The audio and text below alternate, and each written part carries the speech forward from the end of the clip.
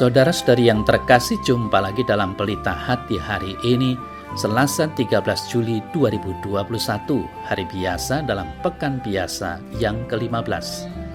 Bersama saya Romo Thomas Suratno SC dari Paroki Cilandak, Jakarta Selatan, mendengar dan merenungkan sabda Tuhan, yakni firman Tuhan yang tersurat dalam Injil Matius, bab atau pasal 11, ayat 20 sampai dengan ayat 24.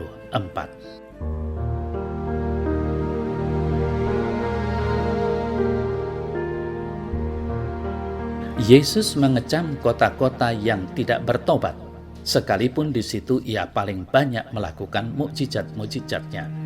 Celakalah engkau Korazim, celakalah engkau Betsaida, karena jika di Tirus dan di Sidon terjadi mukjizat-mukjizat yang telah terjadi di tengah-tengah kamu, sudah lama mereka bertobat dan berkabung.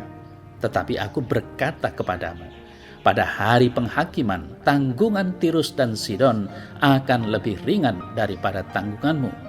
Dan engkau Kapernaum, apakah engkau akan dinaikkan sampai ke langit? Tidak, engkau akan diturunkan sampai ke dunia orang mati. Karena jika di Sodom terjadi mukjizat-mukjizat yang telah terjadi di tengah-tengah kamu, kota itu tentu masih berdiri sampai hari ini. Tetapi aku berkata kepadamu, pada hari penghakiman, tanggungan negeri Sodom akan lebih ringan daripada tanggunganmu.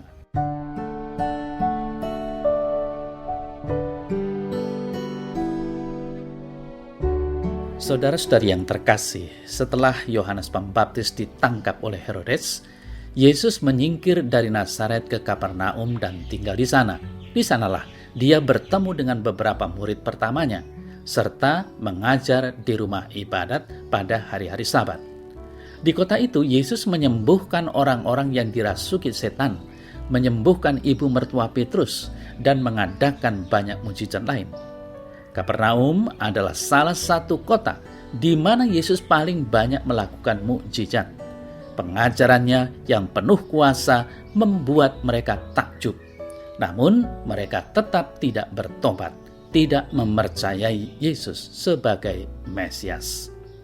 Saudara-saudari yang terkasih, Yesus mengecam Korazim, Betsaida, dan Kapernaum karena keras hati dan tidak mau memahami karya Tuhan di tengah mereka.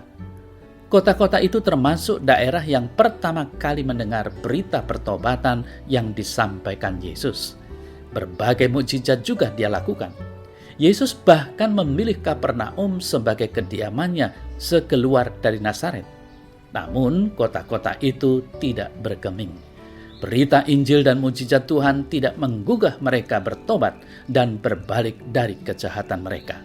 Saudara-saudari yang terkasih, Tuhan Yesus menyebutkan kota-kota yang mengalami mukjizat paling banyak, tetapi justru merekalah yang paling tidak mau bertobat, yaitu Korazim, Betsaida, dan Kapernaum.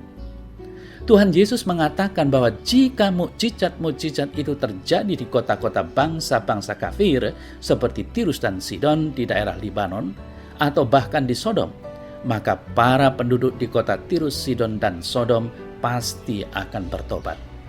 Dan memang, saudara-saudari yang terkasih, ternyata menyaksikan mukjizat serta mendengarkan pengajaran yang hebat tidak otomatis membuat seseorang bertobat.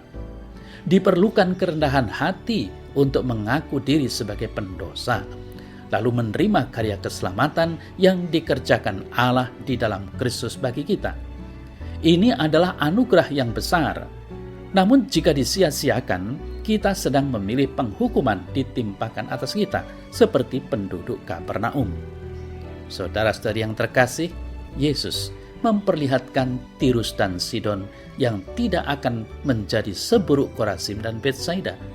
Seandainya Tirus dan Sidon diberikan pemberitaan yang sama dan mukjizat-mukjizat yang sama terjadi di tengah-tengah mereka, sudah lama mereka bertobat dan berkabung seperti Ninive. Saudara-saudari yang terkasih, para penduduk di Korazim dan Betsaida bersuka cita atas mukjizat yang dilakukan Yesus, tapi mereka tidak mau bertobat dan menyangkal dirinya. Sedangkan Sodom adalah penduduk yang tidak baik moralnya, namun mereka bersedia untuk bertobat dan menyangkal diri. pentinglah sebuah pertobatan.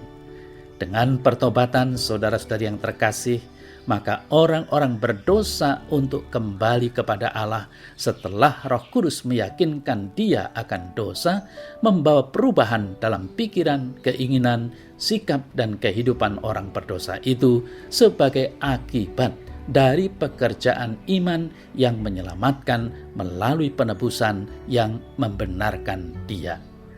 Saudara-saudari yang terkasih, kita juga sering mengalami perayaan-perayaan liturgi hari raya yang megah meriah di gereja, tetapi tidak sampai mengubah orang untuk bertobat.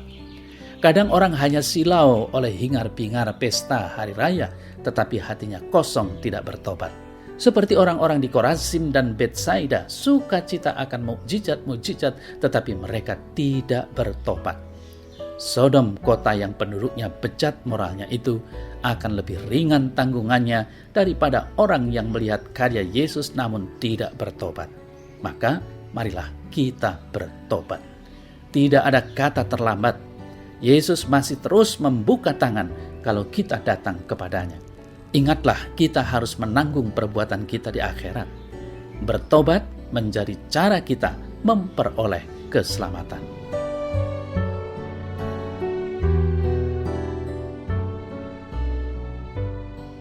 Dalam nama Bapa dan Putra dan Roh Kudus. Amin.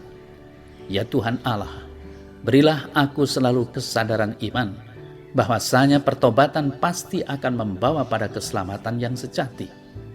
Berilah aku curahan Roh-Mu sehingga hatiku menuruti apa yang Kau inginkan, yakni bertobat dan bertobat senantiasa, selalu mengarahkan dan menyesuaikan dengan kehendak-Mu. Amin. Dalam nama Bapa dan Putra dan Roh Kudus. Amin.